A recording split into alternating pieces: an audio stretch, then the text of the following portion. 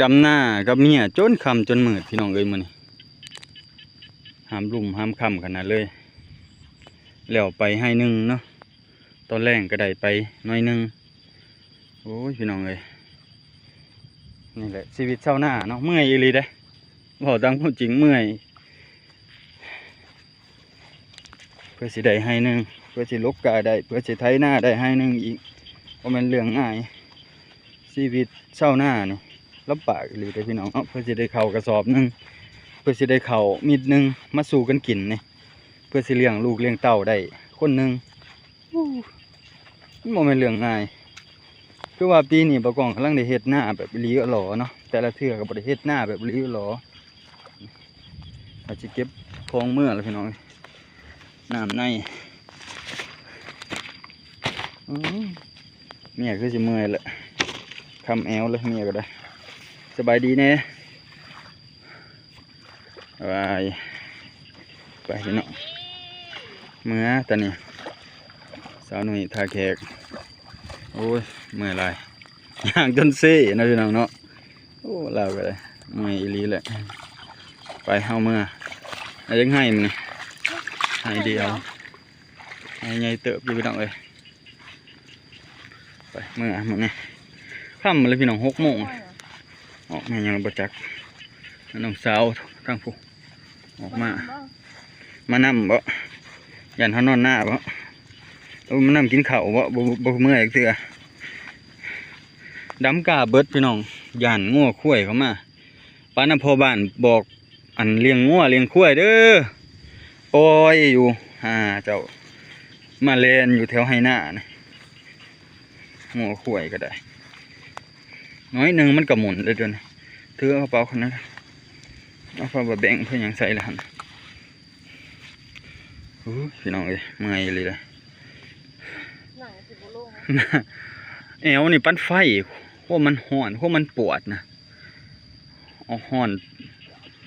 ตุบเนาะอันนี้ก็ให้หน้าตุ๊บประกองไทยกับน้องมือนะมือนี้พอเท่าแล้วก็ไทยมันพอเท่าไทย3 ให้ 4 ให้เพราะว่าพอเท่าแล้วให้ประกองอันไปย่างไปทางนี้นี่ทางนี้ก็ย่างได้นี่แหละทางนี้แหละเสื้อเขานี่ย่างคุณนะคุณไปใส่ย่างก่อนไปใช้ถุงเตียนหนึ่งถุงเสือเด้เดี๋ยวถุงทีเสียน้องบริสิทธิ์น้องไปนะขั้นหน้ากับบนใหญ่บันไดเดินขั้นหน้าน้อยเลยทีนี้บากองอันไทยส่วนขางไทยโบเป็นบันไดนะก็เบิดขั้นหน้าก็ได้เนาะ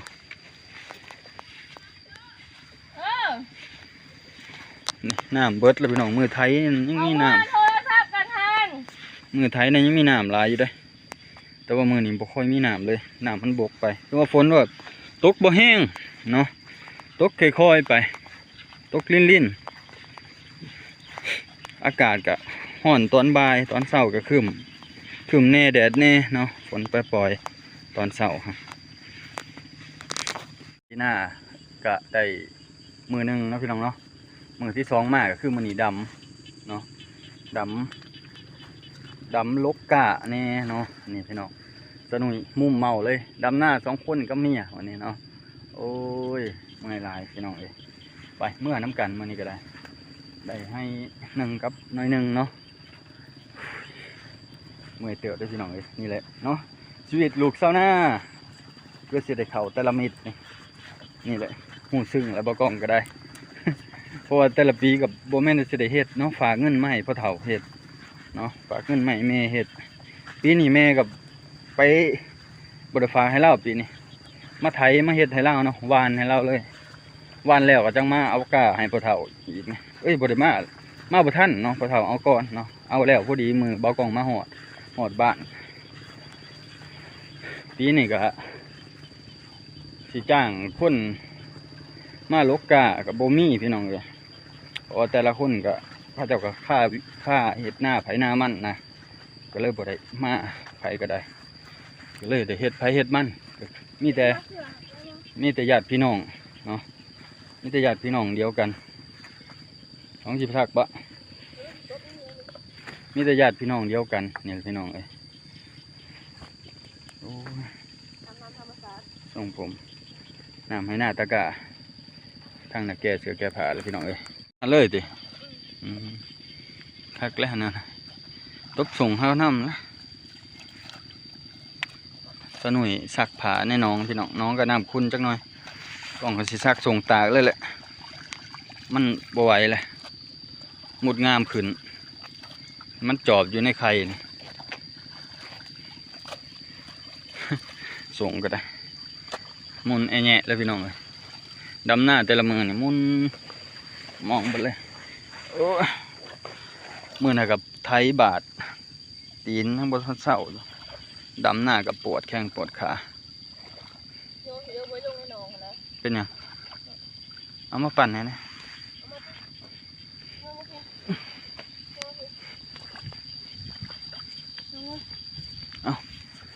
ให้เมียซักให้ค่ำเลยเด้อพี่น้องเอ้ยแกเสือสักหน่อยโอ้ย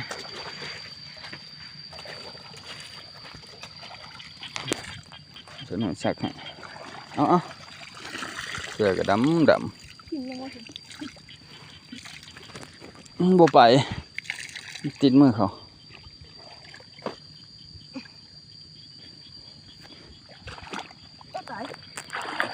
ทีนี้เรามาเฮ็ดซอยพอเฒ่าแล้วพี่น้องเอ้ยเมียก็ได้มาเฮ็ดหน้าส่วนมากก็บ่ได้เฮ็ดแต่เพิ่นนะอยู่กรุงเทพกรุงไทยพอหาเงินอย่างเดียวตอนนี้ก็อยากมาอยู่บ้านเพราะว่าอยู่พุ่นก็หลายปีเกือบ4 ปีเนาะก็พูดละคันว่าบ่มีหยังเฮ็ดก็สิได้ไปพุ่นละพี่น้องแล้วก่อนก็สิไปหาเฮ็ดเพราะว่าก็สินะบ่ปูพื้นฐานไว้ให้ลูกให้เต้าให้เมียให้ครอบครัวพออยู่พอกินซะก่อนอ้วนแห้งไอ้นี่ อ้วนแห้งกูรู้อยู่ไปถือน้ำผงเขาได้บ่ถือนะไปใส่ถุงเท้าข้างเดียวพี่น้องเอ้ยเจ็บตีนแห้ง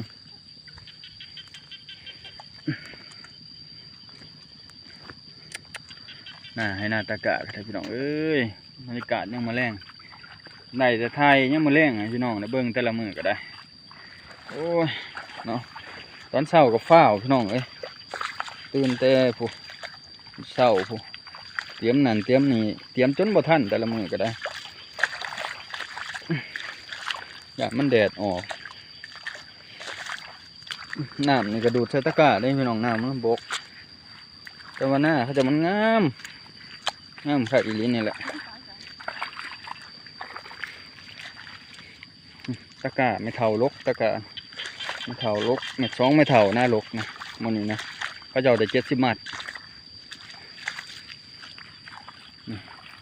นี่แหละพี่น้องเอ้ยหน้าก็ได้มืดในจังหน่อยเด้อมันค่ำมันนะพี่น้องมืดตึบเลยแหละอันนี้ก็เป็นพวกพุ่นพวกขี้ง่วขี้ข้วยพวกอันเฟื่องพี่น้อง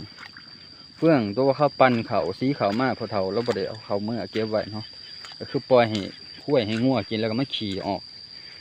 อะไรมันเป็นพุ่นเป็นปุ๋ยอยู่นี่เนาะเป็นปุ๋ยอินทรีย์เป็นปุ๋ยมักมุมนะให้หน้าตะกะนี่แหละพี่น้องเอ้ยนี่แหละตะกะพี่น้องตะกะเอ้ยทางนี้จะมันขึ้นแห้งจะมัดหัวพี่น้องตัวหน่อยมากก่อนอันนี้ไม่เท่าลกมันนี่ได้70เนาะก็เฉพาะดำมืออื่นนั่นแหละเนาะเพราะว่าจ้างผู้ใดกับบ่มีไฟมาเลยเนาะเงินก็รุดล้อลูกหนี้กับบ่มีสิมาจ่ายเนาะใบกองละเซ็งขนาดเงินสิพอสื่ออยู่สื่อกินดำหน้าจักสิกลุ่มบ่กลุ่มพี่น้องเลยบ่มัดหัวบ่มัดหัวติเลยมัดเป็นอยู่บ่มัดให้พี่น้องเดี๋ยวเบิ่งน้ำกันเพื่อนไว้ง่ายๆมันจังสิบ่จอยมันจังสิบ่อ้วนอันไหนคันฮะอันตัวเก่าแล้วมัดทันเด่นนี่อยู่เจนี่มัดส่วนเลยเถอะมัดส่วนก็พอแหละอันเดียว คำเลยพี่น้อง6 โมงกว่าอีเกิ่งบ่ตัวนะตะเว้นตกครั้งนี้เนาะแม่นบ่ตะเว้นตกครั้งนี้เนาะ